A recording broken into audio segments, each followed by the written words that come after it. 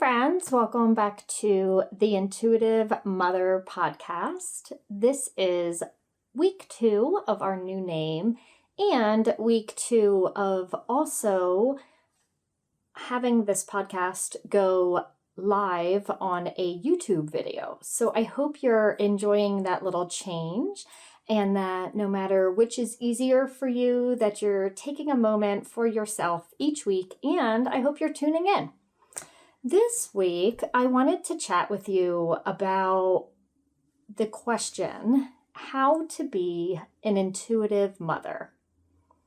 And I would say this is like part 1 because there's multiple parts, layers that go into really tuning in and being an intuitive mother, because there's the part I'm going to talk about today, and then there's also how it connects to you mothering your daughter and her owning her truth.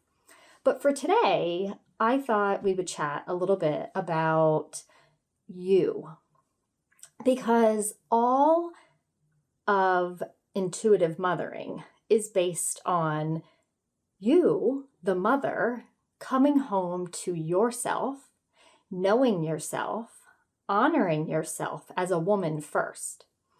And this was a journey that I was on for really quite a few years until I stepped off the train that was going super fast in uncertainty and disconnection and feeling overwhelmed all the time, and decided to slow down and really get to who I was and what I was feeling and where those feelings were coming from. So the questions I know would come to mind for me were, are you always thinking, who am I? That was me. I think my husband probably got more tired than anyone else in the world for hearing me say, who am I? What do you think I love doing? What makes you think about me? And answer me this or answer me that. Like, how would you describe me? My friends even got a few emails from me as I would read different self-help books and like, ask your best friends 5 ways to characterize you. So I was constantly looking for the answer to, who am I? And another thought would also be, are you constantly trying to fit the mold? You're doing what society tells you to do as a mom. You're telling your daughters to do what society has trained you to think is the next logical step for their life. Go to college or in high school, pick these high-level courses. Of course, if you're recommended for honors in AP, you do honors in AP. And never taking a step off of that track and saying, does that fit my daughter? Is this good for her? Is this what she wants? But just going full speed ahead, staying in that mold, trying to fit that mold because you're afraid of breaking out of it. You are uncertain with what people will think about you when you do choose to go outside of the mold and honor your child and your truth and their truth instead of what society is saying is the right next step. And lastly, do you feel disconnected that you can't remember what makes you happy? That was also me. And I think this actually, for me, started at a much earlier age, probably back in high school or college. I started to really disconnect from what makes me happy. And I just continued, down a path that society laid out for me. Now, as a side note, I have been married for almost 19 years. I met my husband in high school. We dated all through high school, all through college. I got married at 22 years old. And to this day, when people say to me, what was like your first true intuitive knowing, it was that I was going to marry him. And it was very early on. And I thank God every day that I followed that inner knowing when it came to us. So my unhappiness wasn't linked to my marriage. It wasn't linked to being a mom. Those were actually two pieces of me that completely lit me up, but I was still so uncertain. I had a part-time job at a local hospital as a case manager. I had a degree in social work. I had specialized in geriatrics. I took care of my grandparents for about 5 years total. It was grueling. It was lovely, but it was also heartbreaking in the end, and it was filled with guilt. And over the course of that time frame, I became so detached and disconnected from my true north and where I was headed, what I wanted in life, that I would do what anyone would tell me was the best thing for me. I honestly hopped around from some various direct sales opportunities because I kept looking for the fit for me. And I don't know. It was just this ongoing hamster wheel that was running and running and running. And I was getting so tired and so overwhelmed that it was hard to step off, but I needed to step off. And when I took that step off, it was probably one of the first times more recently at that time in my life that I knew I was doing something that my inner being knew was the right thing to do. That working with a coach was my right next step. That connecting with other moms who were maybe struggling through the same thoughts and disconnection from themselves. Connecting with other women that maybe even were not moms, but could offer guidance and support and healing within. So besides coaching, I had stepped off and I started getting Reiki healings, which is what led me to become a Reiki healer. And all of these pieces connected in to help me come home to myself.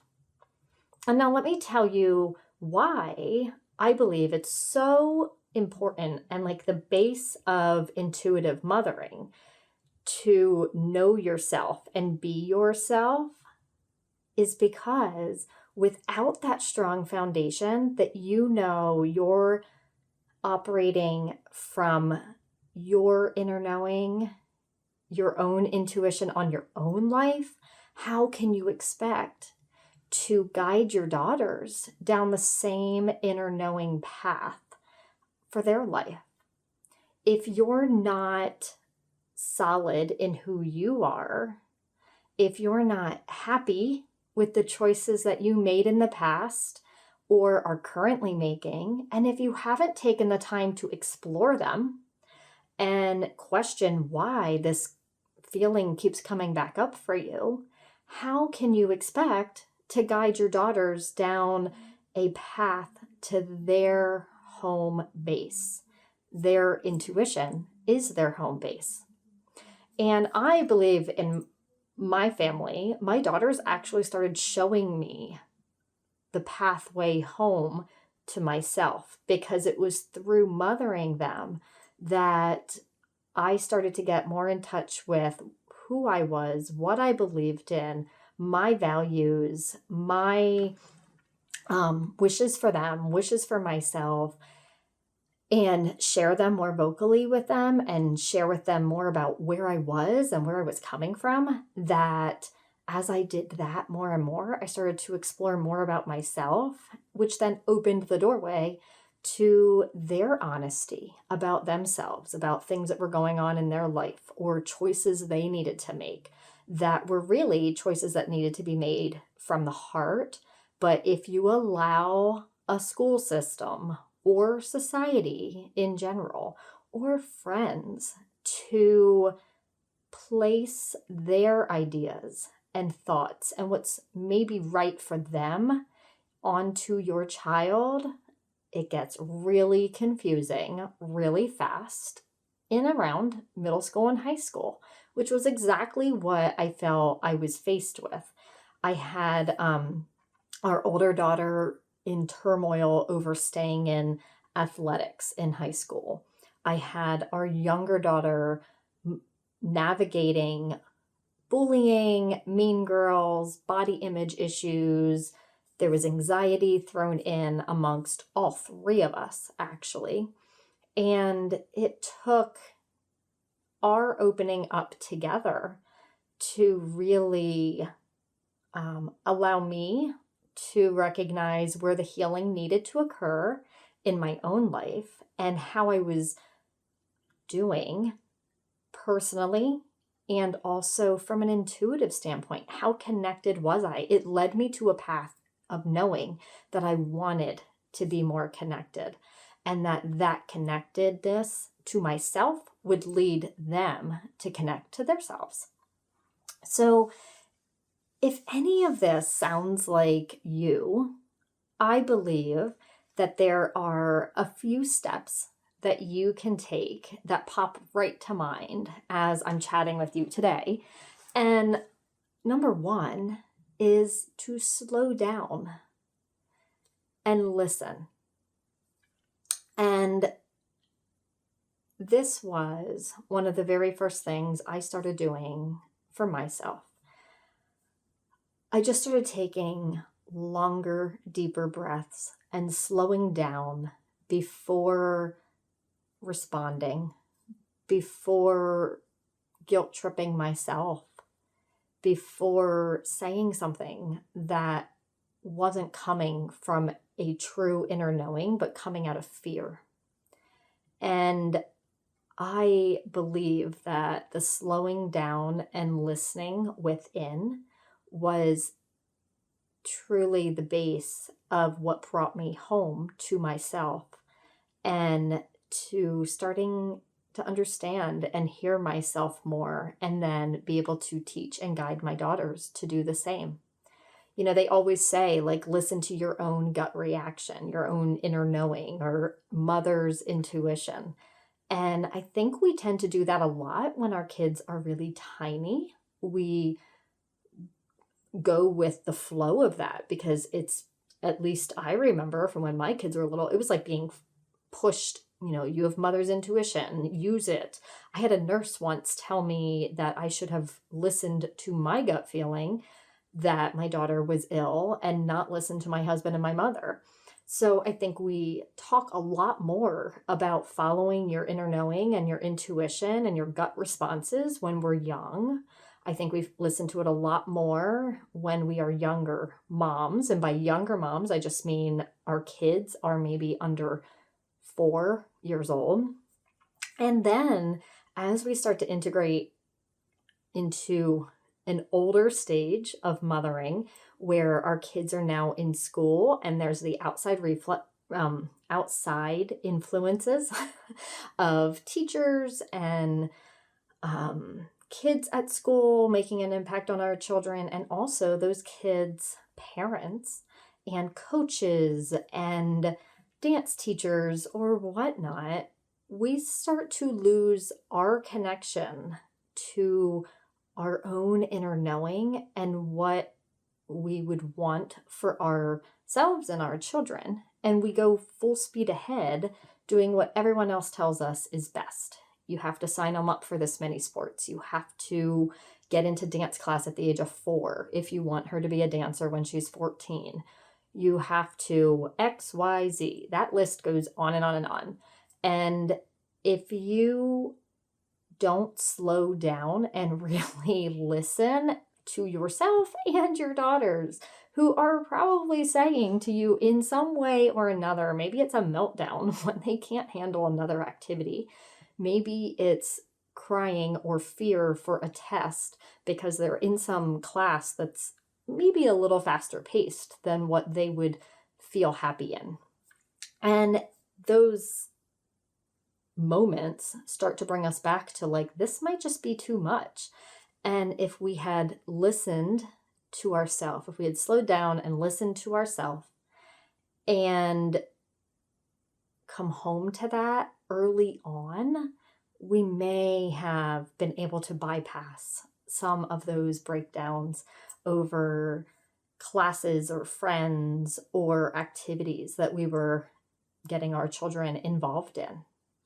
And, I often think about this when you think about how some students will be athletes forever, and then they're like planned to go to college and play that sport, and right before they would be going to college, they would be like, no, I'm done. And like the world falls apart, or the parents are upset with the kid because the kid put all that time and effort into it, but they didn't love it anymore. So, I truly believe if we would slow down and listen from the early stages of motherhood all the way until the older stages of motherhood, we would be setting ourselves up and our daughters up for success. And that success is truly happiness. It's not, another varsity letter or another honors class, but it's listening to yourself and to them. And, that's one of the top steps in owning who you are, being yourself. And so when you slow down and you listen, then, another step is be honest and follow what's coming up. And a lot of times you can explore that in journaling, you can explore it in conversation, but to be honest and not be worried about what someone else is going to say. So maybe it's be honest and stop worrying about judgment would be the third step of being you as a mom, because all of those, slow down and listen, be honest, don't worry about judgment, those are all pieces that lead us home to our own intuition. And as we are clearer about ourselves and we're honest with ourselves, and we look at other moms or we look at our own mom and we say, I love you dearly and I respect you for what you want for your child or what you wanted for me. But I know what I want for me and for my family and for my daughters to know what they want. So we're going to do it this way, but I love you and thank you. I just think that opens the doorway to allow it to be held in grace and kindness and understanding, instead of it being that we pit each other against each other, that we're trying to one up or trying to be as good as our mom or our aunt or our grandmother, who, mind you, lived in a totally different generation. So it's completely different to raise our children in different generations, and really allow us to continue exploring, coming home to ourselves and teaching our daughters to come home to themselves. But those are like 3 simple steps that I think are just obvious. So you're probably watching this and thinking, well, obviously those are things you can do or that you are doing, hopefully. But I think they're also easily run over when we're full speed ahead and we're worried about keeping up with everyone, or that our child doesn't fall behind. And all of that ties into us not feeling connected, being uncertain of our path, questioning who we are. And then when all of that's happening, we're not operating from an intuitive inner knowing for ourselves. And that inner knowing of ourselves is always what leads us to be open to guiding our daughters to their own inner knowing. And I truly believe, as we wrap up this podcast today, that if you take the time to come home to yourself, to be honest about it, and by coming home to yourself, come home to yourself, be still and listen, slow down. Those lead you home to who you are. Be honest with what's coming up. Be honest when you feel the fire within and you're not sure what it's coming from, but you are open to exploring it. And then from there, you are able to release judgment of yourself, of how maybe you mothered in the past. I needed to do that myself. I could sit here and be guilty for moments of blowing up like a volcano as a mom because I wasn't 100% interconnected to my intuition and operating from that place of love and heartfelt connection and my inner knowing and true north, the truth that I was born with. I could sit here and feel guilty for not being as connected a few years ago, about 5 to 10 years ago, but instead releasing that judgment of myself, offering myself grace. And I think at that point, we then release judgment that anybody can look at us and say what they want to say or what they want to think about us. And it's okay, because we're all on this journey and you're just doing the best that you can do. And I'm going to do the best that I can do. But to come home to yourself, to be still and listen, be honest, and then truly release that judgment will allow you to pull together your strong foundation of truly knowing yourself after what sometimes feels like years and years and years of not knowing what you're doing, who you are, where you want to go, because it is easy to get lost out there when society is telling us everything else to do. So if you want to be an intuitive mom and you want your daughters to connect to their inner knowing, this would be the first step for you. Come home to yourself and be you. You are beautiful. Your opinions matter, your feelings matter, and everyone around you is going to be happier when you are connected and happy with yourself. I hope you truly take the time to do this for you. And of course, I would love to chat with you more about this. If it's something that you feel you need help or guidance on, check out my website, which the notes are on this page or in my show notes, or leave me a review, connect, send me a DM on Instagram. I'm at Angie Lynn Schaefer, and we are here to support you. I want nothing more than to help moms come home to who they are so that they can then in turn teach their daughters to come home to themselves, and in doing so create a really true, deeply connected and unbreakable bond between you and your daughter. Have a great week. Thanks.